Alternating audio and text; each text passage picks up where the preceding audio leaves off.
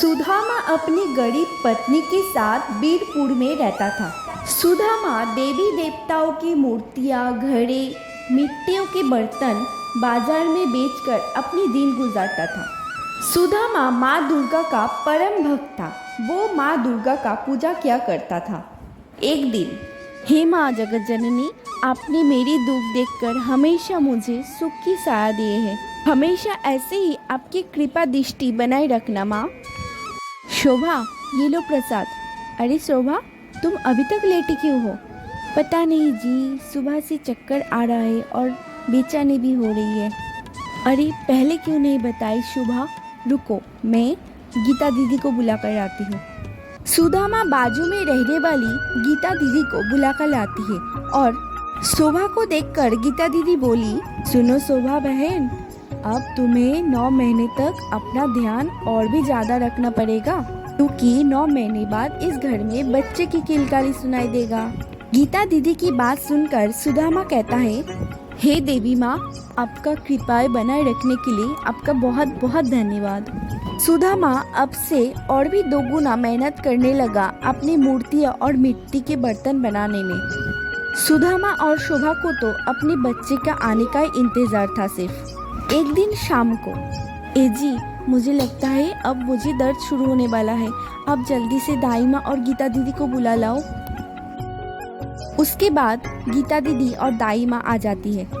गीता दीदी, ये माँ दुर्गा का प्रसाद आप थोड़ा सुबह को खिला दो, उसे थोड़ा दर्द से आराम मिलेगा। अरे ये कैसे चमत्कार है? माँ दुर्गा का प्रसाद खाते ही शोभा को आराम मिल गया और बच्चा भी आ गया। जय माँ दुर्गा। बधाई हो सुदामा भैया, लड़का हुआ है। सुदामा और शोभा अपने बेटे के जन्म के बाद से बहुत ही आनंद थे। वो लोग अपने बेटे को लेकर माँ दुर्गा का पूजा करते हैं। शोभा, जब से हमारे जीवन में उत्तम आए हैं, तब से हमारे कारोबार में बहुत ही उन्नति हुई है। अब तो मुझे और भी मिट्टी का बर्तन और मूर्तियाँ बनाना है। उत्तम के आने से शोभा और सुदामा का जिंदगी बहुत ही बदल गई थी। दोनों मिलकर उत्तम से खेलते, बातें करते और दोनों मिलकर उत्तम को बहुत ही लाड करते थे। धीरे धीरे दिन गुजरता रहा। अब तो उत्तम 10 महीने का हो गया था और वो अब तो घुटने के बल भी चलने लगा था। एक दिन सुबह, सुनिए जी, कहाँ हो आप?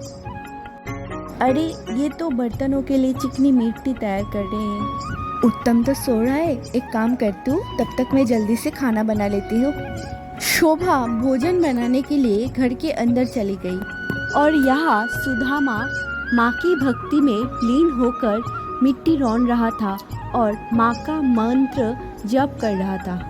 सुदामा जय माता दी मंत्र जप करते हुए मिट्टी रौन रहा था। तभी उनके बेटे उत्तम घुटनों के बल चलते हुए सुदामा के पास आ जाता है और अनजान पिता अनजानी से अपने कलेजे के टुकड़े को भी पैरों से मचल देता है और उसका बेटा पूरी तरह से मिट्टी में मसल चुका था। सुदामा के पैर लहूलुहान हो चुके थे, पर वो माता की भक्ति में लीन होकर बेखबर अपने कार्यों में लगा हुआ था। तभी वहाँ पर शोभा आ जाती है। अरे उत्तम को तो मैं यहाँ ही सुलाई थी, कहाँ गया? शायद उसके पिता के पास गया होगा, जाके देखती हूँ।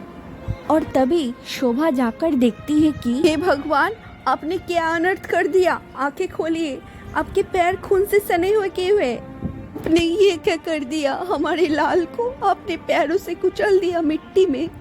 नहीं, ये नहीं हो सकता। मैंने अपने बेटे को मार दिया, वो भी अपने पैरों से कुचल दिया। हे देवी माँ, हे माता, मैं तो आपकी भक्ति में लीन था, ये मुझसे कैसा अनर्थ हो गया। हम भी अपने बेटे के बिना नहीं जिएंगे। आपके चरणों में सर पटक पटक के अपना जान दे देंगे। यदि आपने मेरी विनती ना सुनी और हमारे लाल को जीवित नहीं किया तो माँ, पूरी दुनिया हमें कोसेंगी कि हमने अपने लाल को मार दिया। मेरी भक्ति की लाज रखो माँ, मेरी भक्ति की लाज रखो। हमारी लाल को जीवित कर दो माँ।